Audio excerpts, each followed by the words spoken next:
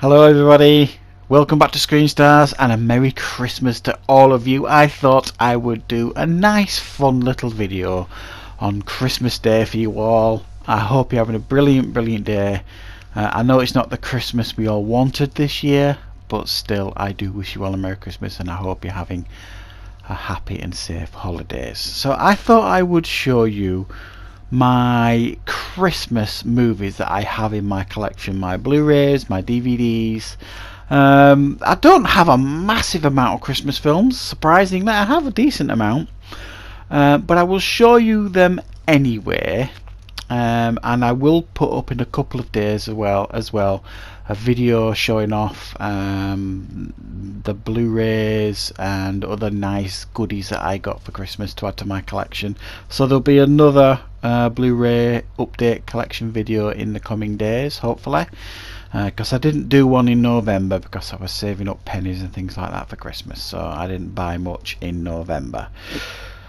Right, so we'll make a start. I'm going to show you some first that some may want to have a debate about whether they're actually considered to be Christmas movies. Whether they are or whether they aren't, that's up to you to decide. In my mind, they're set at Christmas, so therefore I think they can be considered Christmas movies, and I think it does depend on the individual. And the first one is obviously Die Hard. Cause of much debate here, and I do believe Bruce Willis has even come out and said that he doesn't think this is a Christmas movie, but he did say it, I think, with his tongue firmly in his cheek. So Die Hard, set at Christmas, great fun film, and that has come out of my Die Hard collection Blu-ray set. I'll put that back in there. The next one that I think doesn't actually get debated as much as Die Hard, and I don't know if that's because people just don't consider it a Christmas film, or if people just set in stone that it is a Christmas film, and that is the very first Lethal Weapon. Now, it's set at Christmas. The film even starts with Jingle Bells, the song Jingle Bells. So I think it is to be considered a Christmas film, certainly. And don't forget Mr. Joshua. That fight right at the end when they crash the police squad car through the wall and into the Christmas tree. Sacrilege. So yeah, I think you can consider Lethal Weapon a Christmas film. And I got this, obviously it's on my Lethal Weapon collection Blu-ray set, one of my favourite film series of all time. And I think the third one, which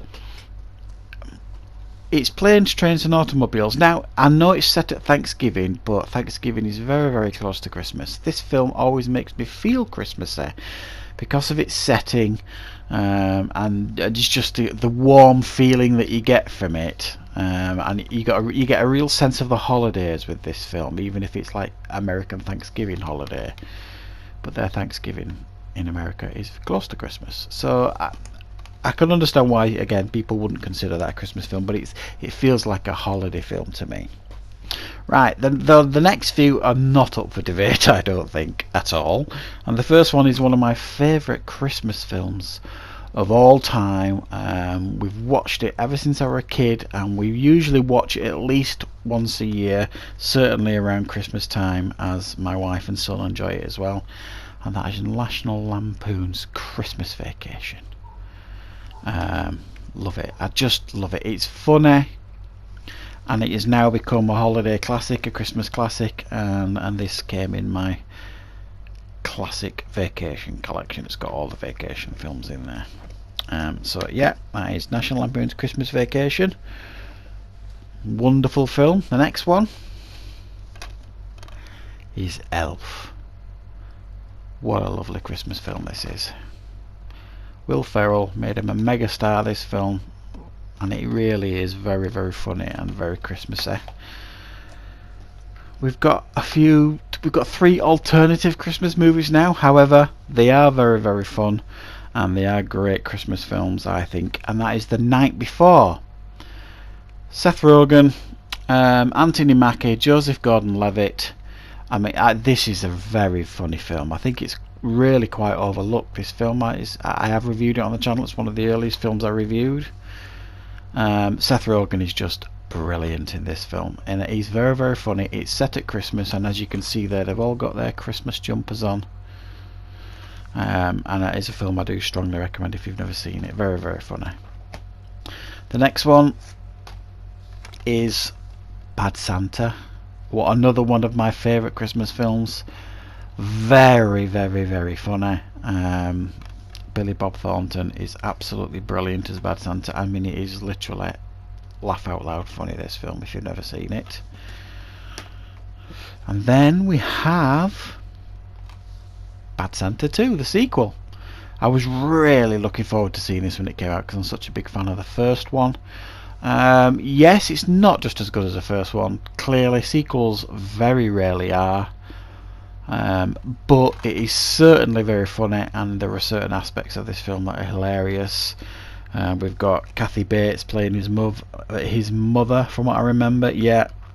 Get much of the cast back from the first one. The little boy is all grown up now as well, and it's the same actor. So there is a lot to like about this sequel, and as sequels go, it's not too bad at all.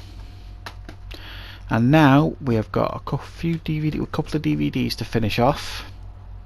The first one is another one of my favourite Christmas films of all time. That is Scrooged. Bill Murray's classic Scrooge, directed by Richard Donner. Just love it. It's my favourite Christmas story, A Christmas Carol, and this is a twist on the Christmas Carol story. Very, very good. Speaking of A Christmas Carol, my favourite version of that story is the Patrick Stewart version of A Christmas Carol. I think it came out in 1999. I think it really holds up. It's very, very nicely done. It's like a TV version of it, I believe. I don't think it was ever released at the cinema.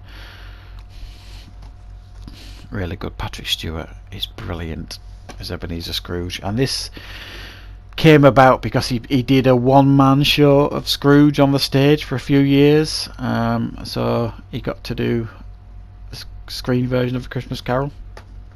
I think he's one of the best Scrooges of all time. And I got this last year and we never actually watched it at home. And I've never fully seen this film. I've seen clips of it, but I've never fully seen this film. And that is Fred Claus. Picked this up last year. We were going to watch it at home, just never got a chance. Vince Vaughn. I love Vince Vaughn. I think he's great. So we might actually watch this one in the next couple of days. So that is my current Christmas collection. All the films that I have, I've looked through most of them, and obviously when you collect Blu-rays, DVDs, you've got mountains of them to go through, but I have been through a few of them, as many as I could find, if you like. There's probably some others hidden away. I know I've got things like Jingle All the Way, Arthur Christmas, probably another 2 or 3, certainly DVDs that I couldn't put my hands on to show you physically, but yeah, Christmas films are always wonderful to check out at this time of year. It gives you that warm, glowy feeling. And if the Christmas Chronicles films that are on Netflix, if they ever come out on a physical copy, I will certainly pick them up as well, because I think they're a lot of fun.